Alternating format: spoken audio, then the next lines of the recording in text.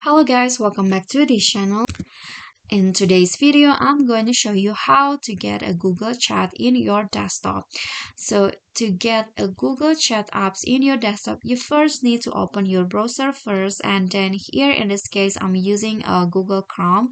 And then here at the search column, you just need to type in this website mail.google.com/chat and then click on enter, and then you will be directed to the Google Chat, and here you can use it here in your browser, or if you want to add the apps on your desktop, you can just click on this. You'll see the install Google Chat option in your browser in Chrome.